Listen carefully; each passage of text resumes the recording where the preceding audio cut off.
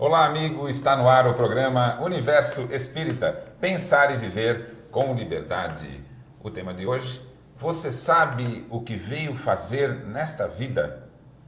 Jorge, você sabe o que veio fazer nesta vida? Eu tenho certeza que a minha resposta vai ser parecida com a de muita gente. Pessoal de casa, bem-vindo ao Universo. Cristina Sarraf, olá. Estou tentando descobrir o que vim fazer nesta vida. Um abraço a todos e eu espero que esse assunto realmente puxe a sua atenção. Marisa. Uma pergunta característica de filósofos pensantes e uma pergunta extremamente instigante. E você que gostou do tema, acompanhe a matéria que a Cristina preparou para nós. O que eu vim fazer nesta vida é uma pergunta que acho que todas as pessoas já se fizeram. Principalmente em momentos de dificuldades, a gente diz, nossa, mas eu vim aqui para fazer o quê? E sendo espíritas, nós buscamos no espiritismo uma resposta.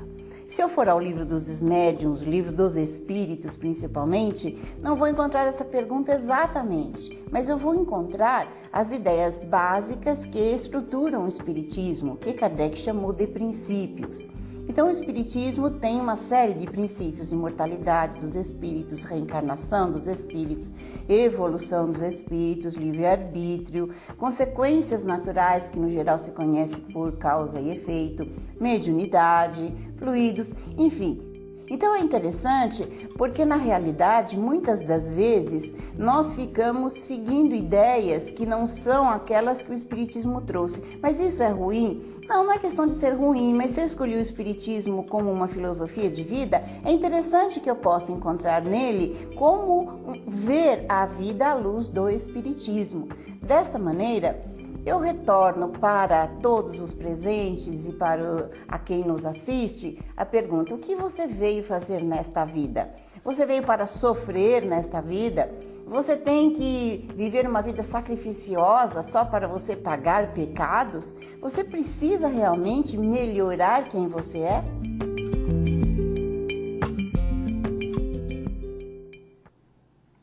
A Cristina Sarraf colocou algumas questões bastante interessantes a respeito desse tema.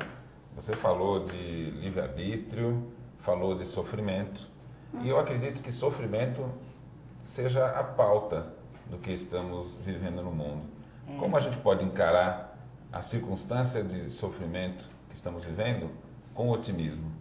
Então, realmente a tradição religiosa, cultural do nosso país, principalmente, coloca o sofrimento como algo desejável para que se possa ir para o céu, seria essa a ideia, não é isto? Então são conceitos que vieram de outras filosofias e religiões, mas que está inserido no nosso contexto de vida. E na realidade, quando se estuda o espiritismo, a gente descobre que temos livre-arbítrio. Ou seja, as coisas acontecem, mas lógico que elas vão me afetar, mas eu preciso sofrer. Não é uma pergunta interessante? Porque se eu entendo que eu vim para sofrer, eu já tenho um condicionamento mental de sofrer. Mas o sofrer é algo que precisa ser examinado. Na realidade, nós temos os problemas, nós temos situações graves como acontecem, né? E estão acontecendo uma série delas, tsunamis e coisas desse jeito. E a gente se entristece, se aborrece. Pode ser até que a gente esteja inserido no contexto da situação desagradável. Agora, a questão do sofrimento é uma questão de como eu encaro a vida. Se eu encaro a vida como oportunidade de progresso, de melhoria, de eu desenvolver os meus potenciais, então eu sofro menos. A dor é uma contingência da vida, né? Então, assim, Exatamente. enquanto se vive, enfrenta-se dores das mais diversas. A dor faz parte exatamente desse contexto. Não é agradável, mas é útil e necessária. O sofrimento é opcional. Então, quem pensa que veio para a vida para sofrer, eu discordo totalmente. O que se vem fazer nessa vida? Se vem aprender um verbo, né? O verbo, no princípio era o verbo. O que faz o verbo? O verbo é ação. Do meu ponto de vista, há dois verbos que retratam o que se vem fazer nessa vida. O primeiro deles é aprender. Nascemos para aprender. O segundo, do meu ponto de vista, é feliçar. que é um verbo, é um neologismo, mas não se nasce para sofrer, se nasce para feliçar através da aprendizagem. A Cristina falou do conceito da religião de sofrimento, e você vê que esse é um conceito tão arraigado que você vai assistir um filme religioso e o foco é sofrimento. Não importa se é a vida de Cristo, se é a vida do Chico, se é qualquer filme de temática religiosa, e infelizmente até alguns filmes de temática espírita incorrem nesse erro, tem que ter sofrimento. O sofrimento é que sublima a alma. E é interessante, por exemplo, você pode verificar na própria Paixão de Cristo. Os filmes sobre a Paixão de Cristo carregam as cores na paixão toda, né? Aquele sofrimento, e apanha, e carrega a cruz, aquela coisa toda. Lê no Evangelho a Paixão de Cristo.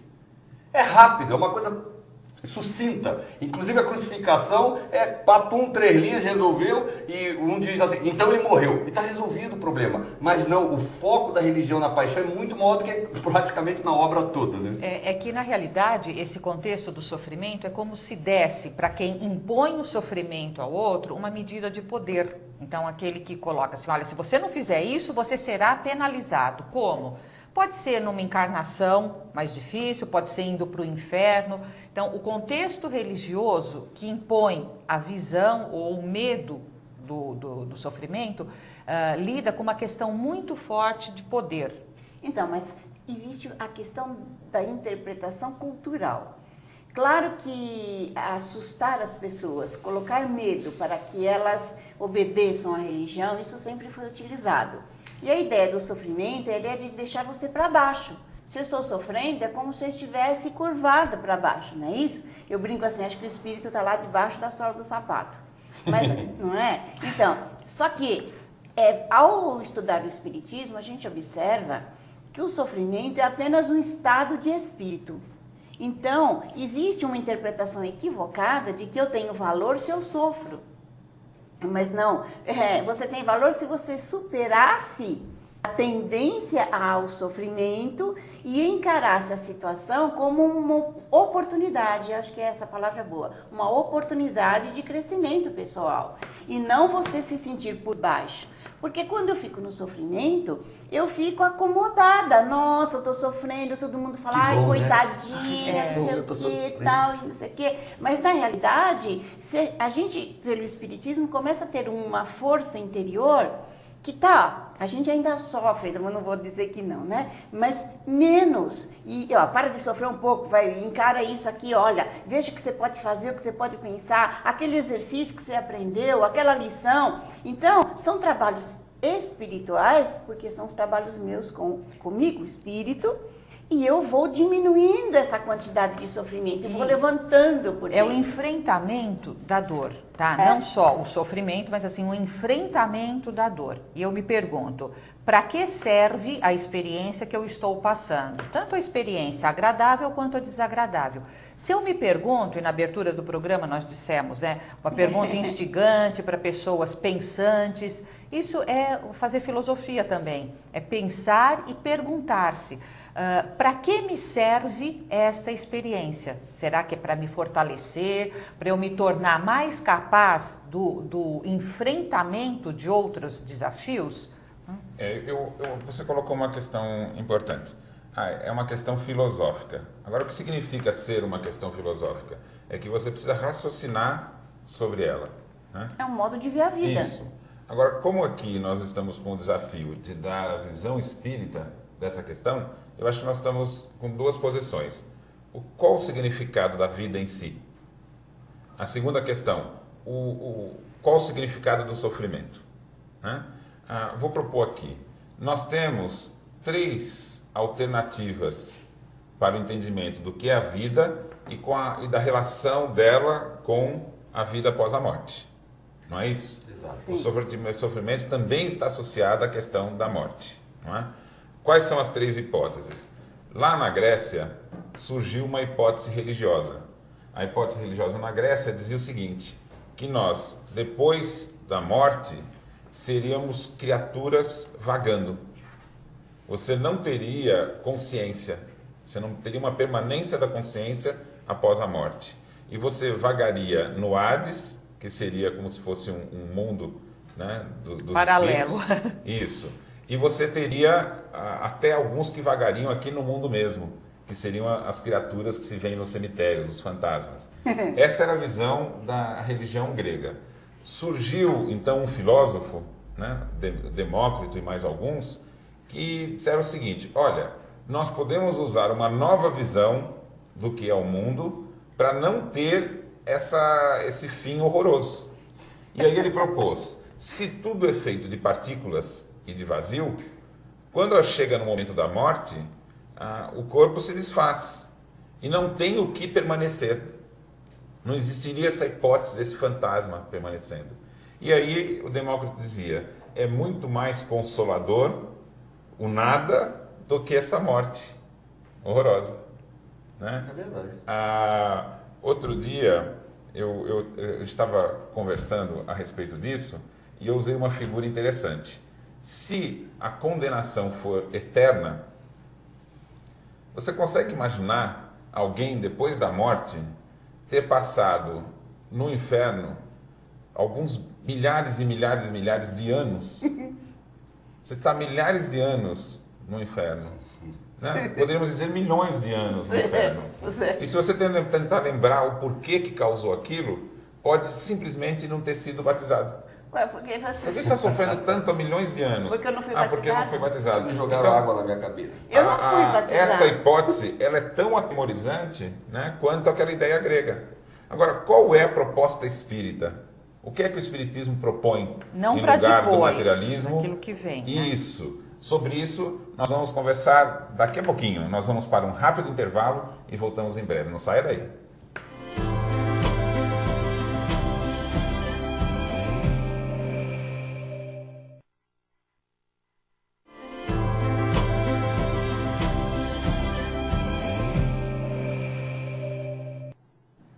Estamos de volta com o Universo Espírita.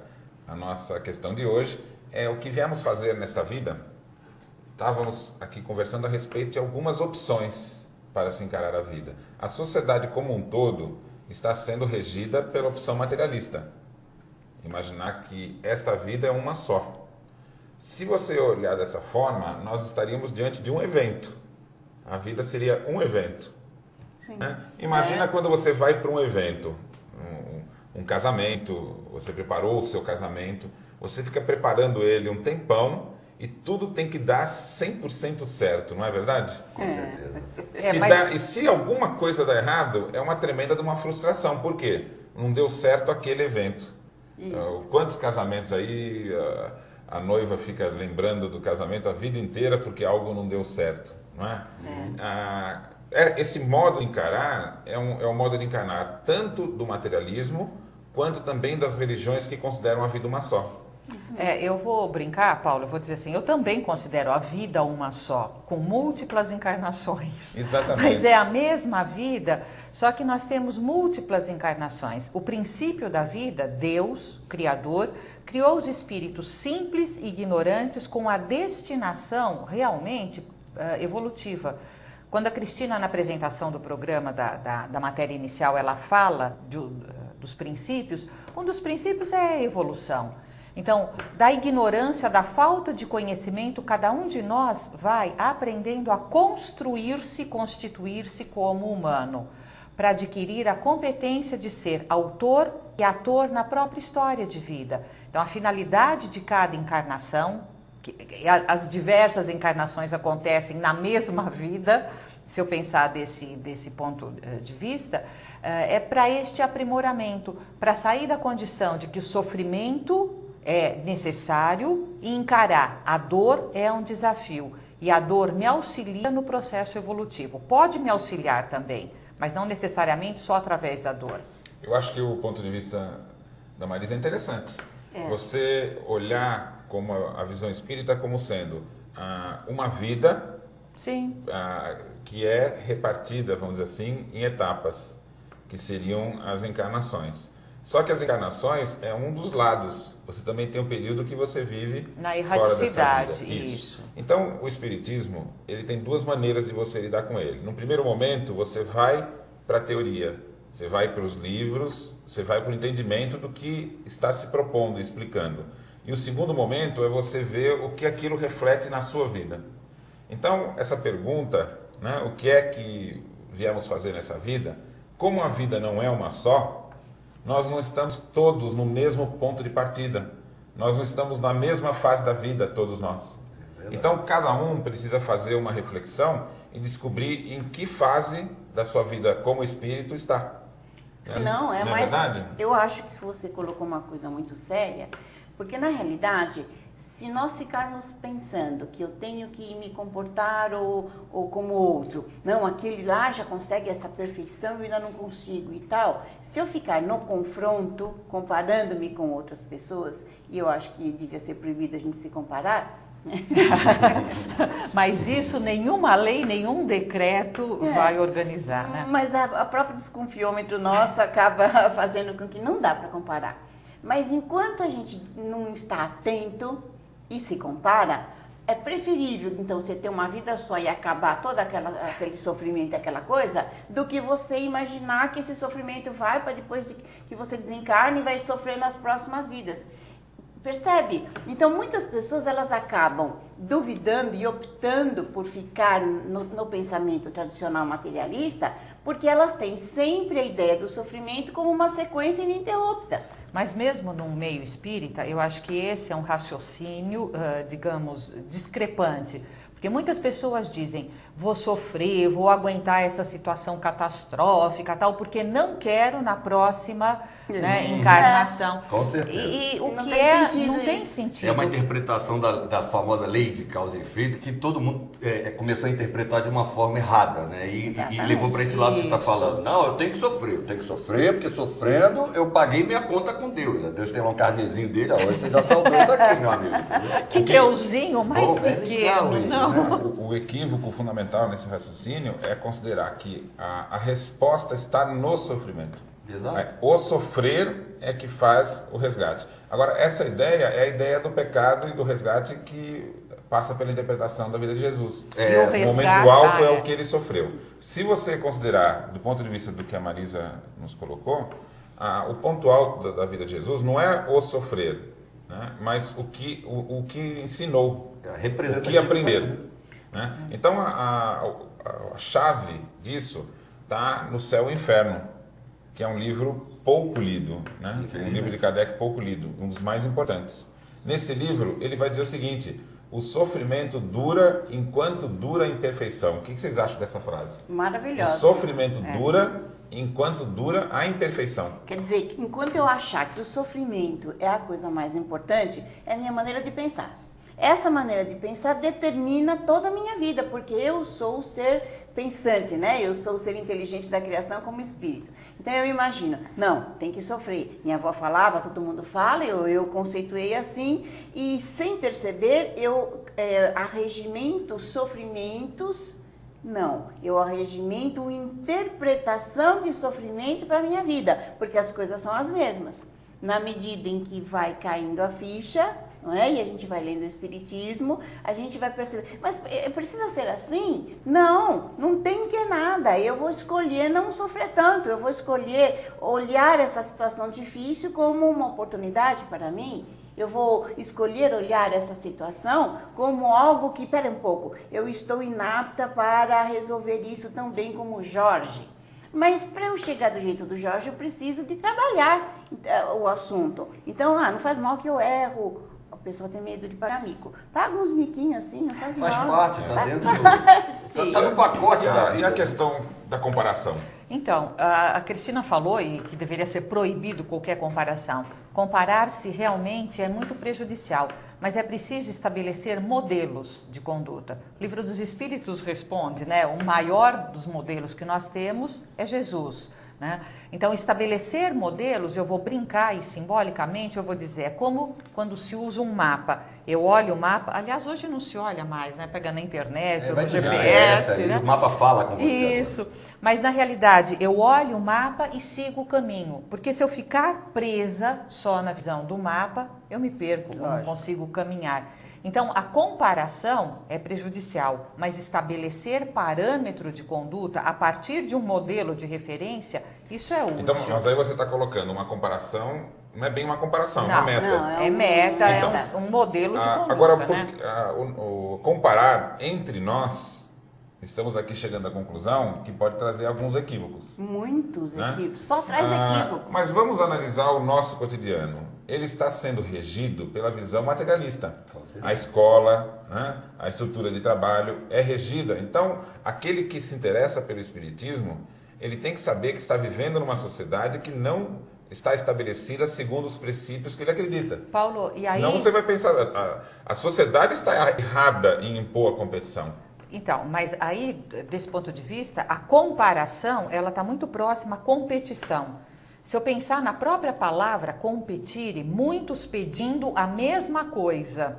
E essa é a visão da sociedade. A competição onde a exclusão se torna lei. E a nossa proposta, a proposta espírita, é que haja a inclusão, a possibilidade de todos aprenderem a partilhar, a solidariedade. Então, é uma visão muito divergente até. Isso. Porque parece, quando a gente está competindo, que não tem lugar para todos. Mas isso a competição mostra que não há lugar. Muitos pedem e alguns só adquirem. Mas, na realidade, se isso é uma situação social, ela não é uma situação real do espírito, da vida. Cada um tem o seu lugar, cada um tem o que ser feito. Ah, eu sou só uma dona de casa, mas que seja uma dona de casa, você está colaborando nesse aspecto. Ah, eu só faço isso. Não tem importância. Sem o seu trabalho, sem este aqui, sem o outro, a sociedade desmorona. Então fica parecendo que galgar os postos mais altos é a única condição de dar valor. Ah, a pessoa é melhor porque ela está lá. Não é melhor. Ela está lá por uma contingência e amanhã não estará e você estará. A questão do valor que você colocou é interessante, que não se fala em valores morais. Hoje são valores em termos de preço das coisas. Né? A orientação que o pessoal recebe hoje não tem mais a ver com valor moral, tem o valor de preço. Então a vida daquela pessoa está situada em cifrões. E é nisso que ela vai se construindo ali, né? Se eu tenho daquele determinado objeto, aquela roupa, aí eu sou uma pessoa boa. Se eu não tenho, eu sou excluída. Você falou o valor moral, né? e a competição. Quem está nos acompanhando, ele pode estar pensando assim, mas espera aí, o mundo chegou no progresso que chegou por causa da competição. O melhor é o que vai trazer o avanço, né? Nós não estamos aqui contra o progresso, contra o avanço, contra se estabelecer o melhor em cada coisa. O que nós estamos falando é o seguinte, não valorizar a política da exclusão. Você estabelecer o melhor não significa que você desconsiderou todo o resto. Então, e que não é resto. A gente tem que dar pesos diferentes. E a pessoa não se excluir, porque ela se exclui. Ela considera, eu não valho nada, eu não sou nada. Exatamente. Por que hoje? Hoje está se privilegiando determinadas profissões, determinadas posições sociais. E o resto como se fosse... Como se fosse resto. Perder, né? Então, os que perderam. Qual é a mudança que tem que ser? É que tem que se valorizar as diferenças. Então, e na realidade é preciso olhar a sociedade onde cada espírito está encarnado, compreender os valores culturais e propor mudanças.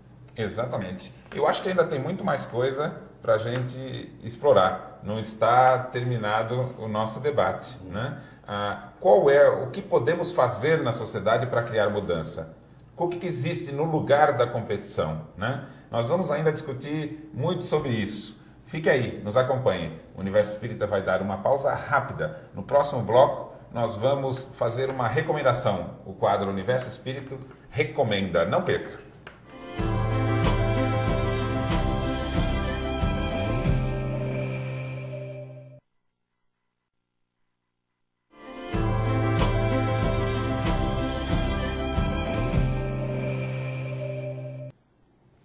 Estamos de volta. A nossa pergunta de hoje, o que viemos fazer nesta vida? E vamos direto para o nosso quadro. Quadro Universo Espírita Recomenda.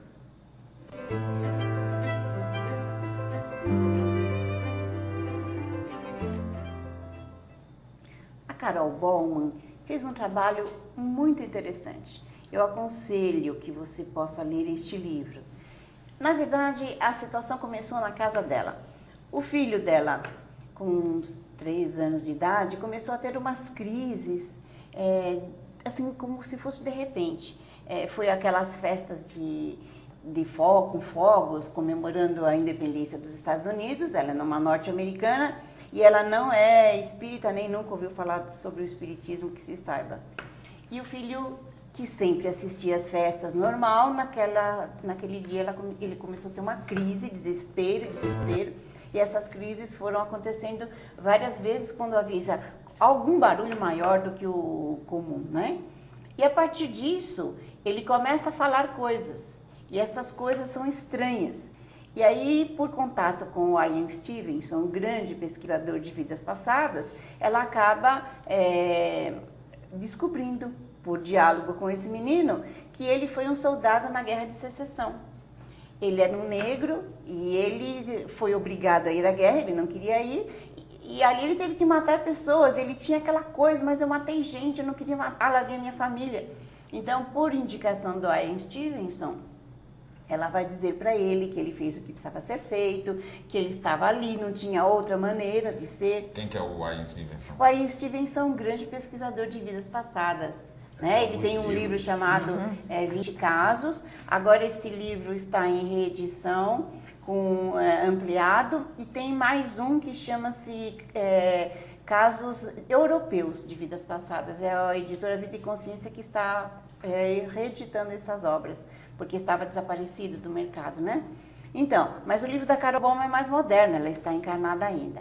E é muito interessante porque a partir da situação dela, veja que coisa, ela entendeu, aceitou a situação do filho e as crises param.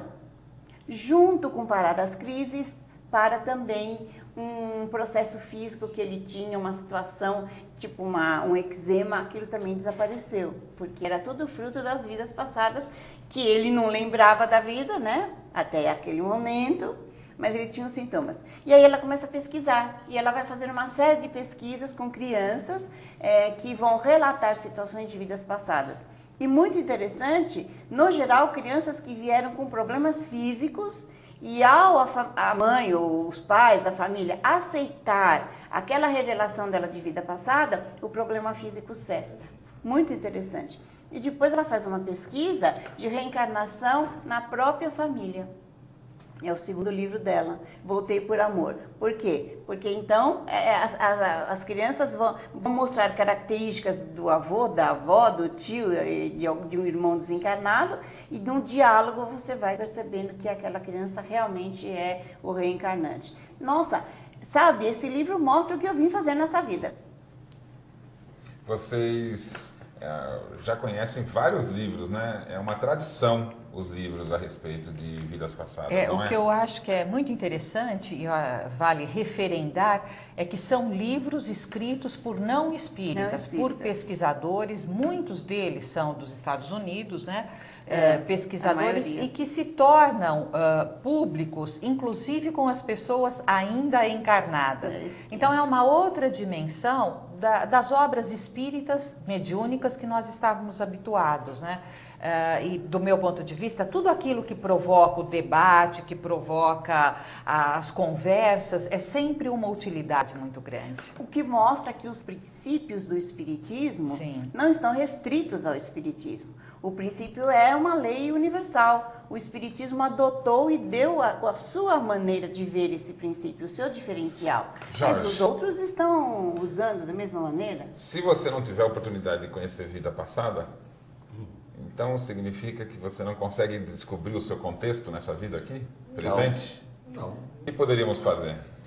Se preocupar com a vida presente. Exato. Agora, se você não sabe o que foi na vida passada, e às vezes é bom nem saber. Indiretamente saber?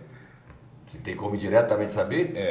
Se você dá uma analisada no seu eu, é capaz de você descobrir uma dica aqui, outra ali, algumas pistas. Não saber quem você foi, mas o que você fez, por exemplo, você mas as tendências. Eu só queria... conhecimentos.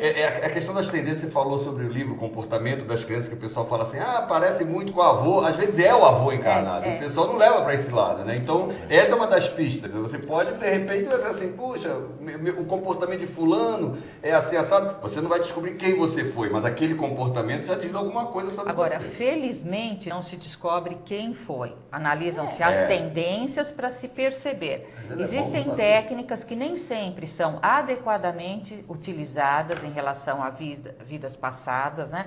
E acho que é uma ressalva que a gente também pode colocar, né? Existem fenômenos. Então, espontâneos. tem a pesquisa do Banerjee, que ele lidou com um Casos rapaz espontâneos. indiano que Isso. começou a relatar uma outra vida.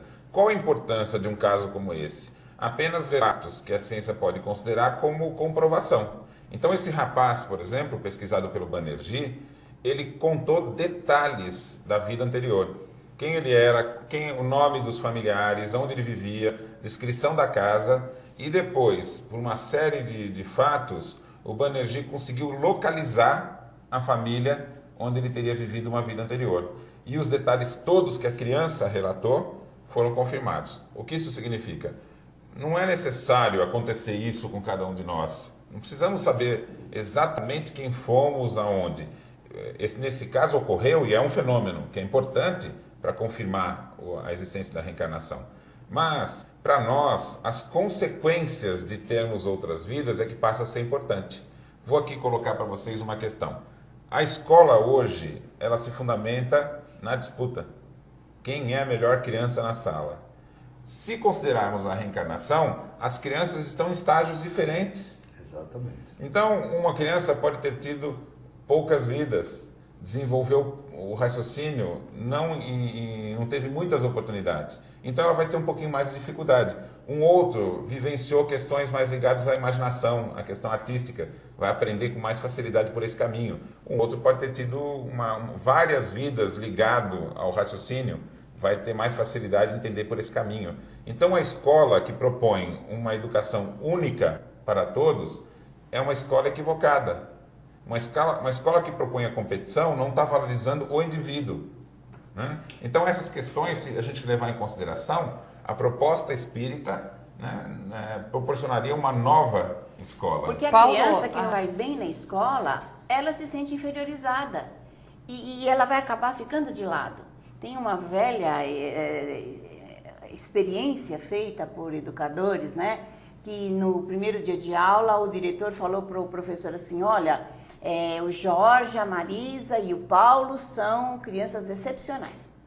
Pro bem ou pro mal? Bem dotadas, crianças super dotadas. Pronto, falou para o professor e deixou quieto. Na verdade, não são, né? Mas esse professor entendeu que sim. No final de ano, essas 3 crianças dentro da sala tiveram um aproveitamento muito superior.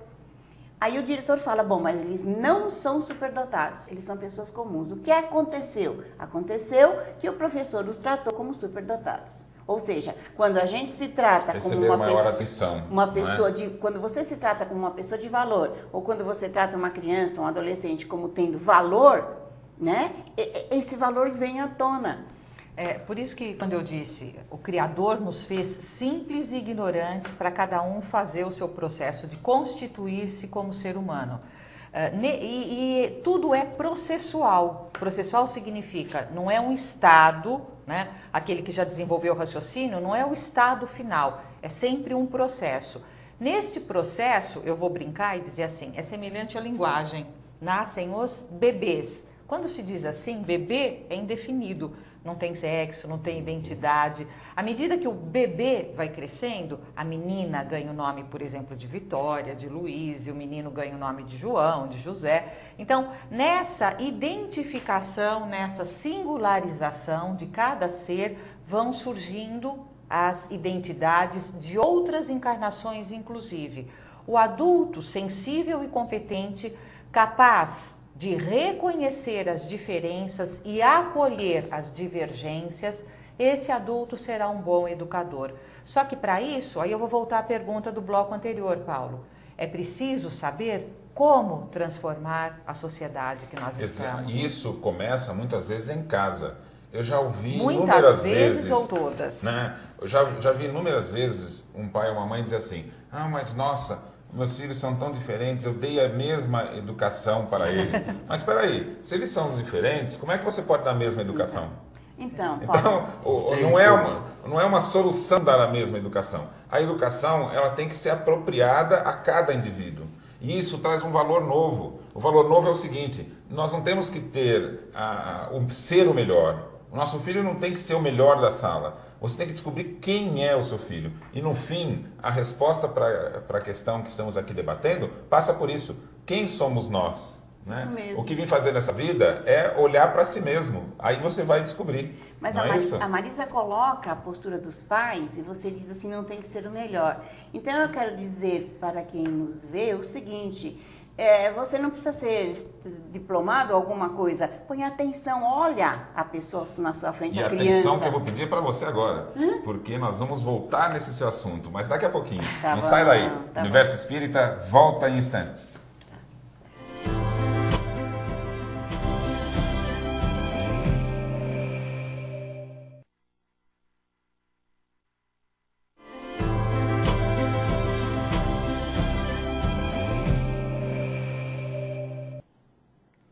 Universo Espírita, pensar e viver com liberdade está de volta. Existem 3 hipóteses. A hipótese materialista, ela vai propor a competição. Todos vamos competir e os melhores vão aproveitar a vida melhor. A hipótese da religião dogmática, ela vai dizer o seguinte: sofra, e o sofrimento será o preço de uma vida melhor no céu. O Espiritismo tem um pensamento diferente. Ele considera que vamos tornar esse planeta melhor, vida após vida. Ou seja, ele será melhor para todos. Você precisa descobrir qual é a sua parte nisso e qual é a sua missão nesta vida. Vamos ao nosso quadro Pensamento da Semana.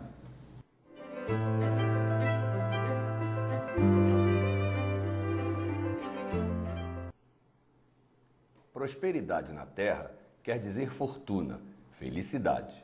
Há, por isso, muita prosperidade aparente, mais deplorável que a miséria material em si mesma. A mesa vazia e o fogão sem fogo podem ser caminhos de louvável reparação, enquanto banquete e bolsa fartos, em muitas ocasiões, significam apenas avenidas de licença que correm para o despenhadeiro da culpa, de onde só conseguiremos sair ao preço de longos estágios na perturbação e na sombra. Emmanuel, Pensamento e Vida, Psicografia de Chico Xavier. Marisa, o que você achou desse comentário do Emmanuel? É bastante interessante, aliás, como muitos, se não todos os comentários de Emmanuel, né? E aí eu gostaria, inclusive, de enfatizar que muitas vezes nós fazemos uma análise deturpada ou dicotomizada. Quem tem é feliz, ou quem tem alguma coisa é sempre infeliz. Quem não tem e sofre, este ganhará o céu.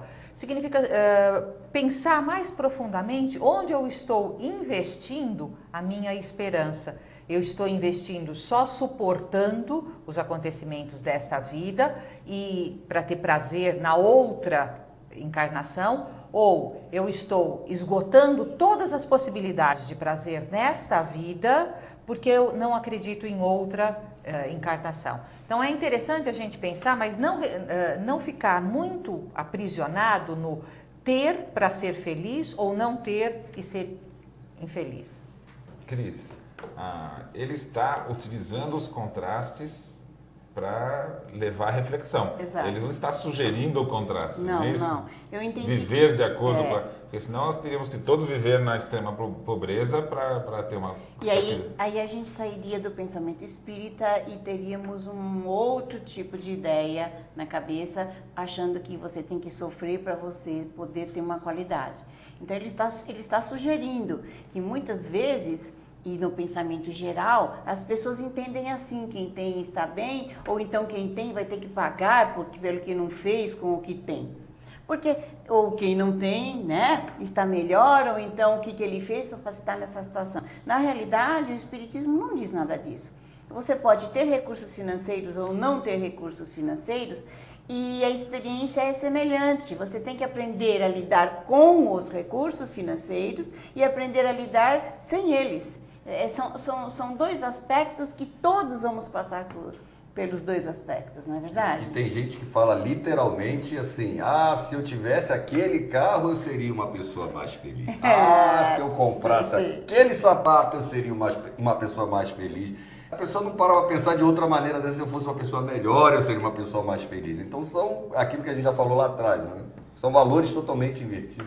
A gente não pode ter ilusão de achar que esse mundo está equilibrado, ele não está. Não. Mas a gente precisa ter uma visão adequada do que queremos. Senão a gente não vai chegar a lugar nenhum. E buscar o próprio equilíbrio, né? Isso. Entre o ter e o não ter. Vamos ver agora quais são as imagens do dia.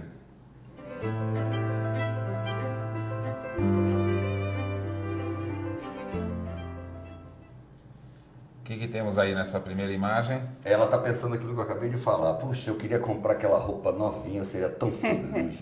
Mas ela está olhando de uma ponte ali, talvez ela está querendo um barco, né? Não? Ou então está pensando em pular dela. Não sei. Mas eu, olhando essa imagem, o que me vem é a sensação da angústia. Né? Insatisfação. Insatisfação e o coração muito apertado. Sem a possibilidade do esperançar, a angústia se faz presente, né?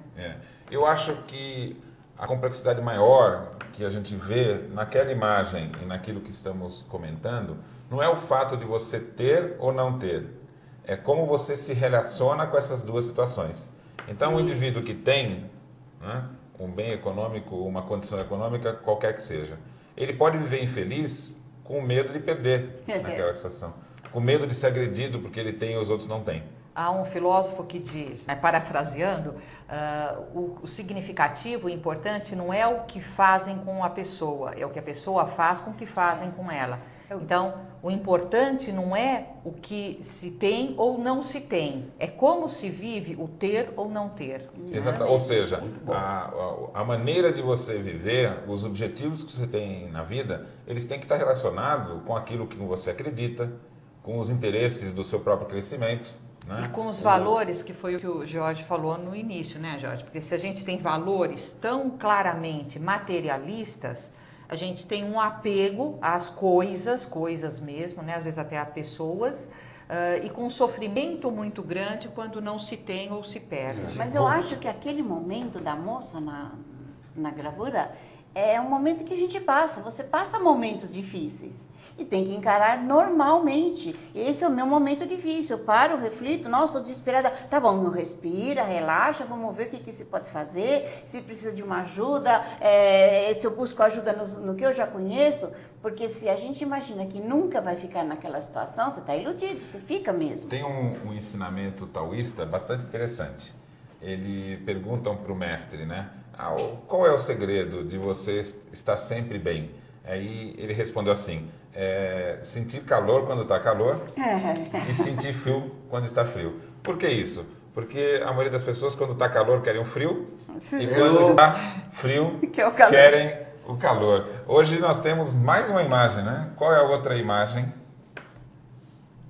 Dom Pedro II. Não é Dom Pedro II, Jorge? Não é não? Esse é Dr. Bezerra de Menezes. Rapaz, Bezerra tinha barba preta, só pensei com barba preta. Ela ficou branca depois. Mas ele nasceu criancinha pequena, já depois barbudo? ele ficou jovem, depois ele ficou adulto, depois ele ficou mais idoso. Existe uma imagem do Bezerra de Menezes jovem, que ele está com uma gravatinha borboleta, que é falsa. Que não é ele. Essa imagem não é gravatinha ele. Falsa? Não, a imagem não é dele. Tá. Mesmo porque na época que ele viveu não tinha gravata borboleta. Não era o costume, aquela roupa que está se utilizando não é da época dele. Aquela é uma imagem falsa. Photoshoparam o Bezerra. Agora, por que o Bezerra de Menezes tem a ver o quê com o nosso programa de hoje? Cabeça. Não, mas eu diria assim, o nosso tema, para exemplificar claramente o que nós falamos sobre comparação. Nós não podemos nos comparar a Bezerra, mas nós podemos usar o modelo e a referência de Bezerra de Menezes para adequarmos a nossa vida. Então, perceber também essa diferença. Tem um aspecto da vida do Bezerra que é bastante interessante e é um quadro do que estamos discutindo aqui. Ele viveu um momento da vida dele que ele era um político famoso, um administrador reconhecido com várias obras, não é? Ele é muito rico, né? A família, ele médico também com clientela, ou seja, ele viveu um auge, né, do que o mundo diz que é Prosperidade. prosperidade. E nessa circunstância, ele conheceu o Espiritismo. E quando ele adquiriu convicção, ele falou, eu não posso tornar isso só uma coisa íntima, viver de um jeito e acreditar em outra coisa. E aí ele fez uma declaração pública, não foi? É incrível, né? Ele ter juntado toda a sociedade no Rio de Janeiro, no salão da polícia lá, militar, e ter exposto as razões pelas quais, a partir de então, ele se tornaria espírita. Isso é uma das coisas mais chocantes que a sociedade viveu. Momento, ele não viveu é? dois contrastes. Uma perseguição, Lógico, que acabou levando ele lógico. publicamente a perder todos os status que ele tinha, exatamente. mas aí ele se voltou para tentar mudar o que estava à volta dele para ser um mundo melhor. Então, Paulo, até um ponto importantíssimo aí, porque muitas pessoas pensam assim, o Bezerra não tinha nada e tal, então eu também não quero ter nada, né? Então volta na tradição religiosa, mas não é realidade. O Bezerra foi podado pela sociedade médica, pela sociedade, porque ele assumiu o espiritismo. Então ele começou a ter dificuldades em função disso. Ou seja, é um espírito que, apesar da sua grandeza, teve dificuldades e teve que arranjar jeitos de enfrentá-lo e superar. E algumas coisas ele não superou. Por quê? Porque também ele está aprendendo, não é isso? E hoje, para você usar como exemplo a vivência do Bezerra, você não precisa perder tudo. Porque, inclusive, ele não perdeu tudo, não. Né?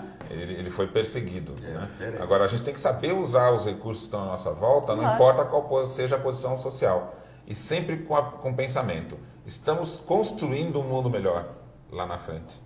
Né? Mas na realidade, construindo esse mundo melhor a partir de construirmos pessoas de bem e do bem. Sim. Né? Então, as características do homem de bem, que é um dos itens que consta tanto no Evangelho quanto no Livro dos Espíritos. E essa questão da probidade, da dignidade, da busca da justiça, que faz tanta falta hoje no nosso meio social, são características de um homem de bem. Exatamente. E sempre lembrando, o Espiritismo não está nem propondo que a solução é a prosperidade, ou seja, só se é feliz com bens, que é um extremo, e nem o outro de que só se consegue haver felicidade futura com o sofrimento. A proposta do Espiritismo é a proposta do equilíbrio. Né? E chegando à seguinte conclusão, quando você vivencia o equilíbrio, a natureza favorece a harmonia. Então, quando a gente conquistar o equilíbrio, nós não vamos ficar numa situação que é mais ou menos. Nós vamos viver um mais ou menos. Não é isso. Quando você propõe equilíbrio, as oportunidades surgem. Né? A natureza favorece a harmonia. Até porque cada um de nós vai aprimorando o olhar ao adquirir este equilíbrio. Né? Exatamente. Qual é o valor real? Nós chegamos ao fim de mais um Universo Espírita. Nosso tempo terminou, mas você pode continuar aí o debate em sua casa, em seu grupo, lembrando do nosso lema: pensar e viver com liberdade. Escreva para a gente, ofereça questões, temas para os nossos programas, universoespírita@redemundomaior.com.br. Semana que vem nós temos um novo encontro. Até lá!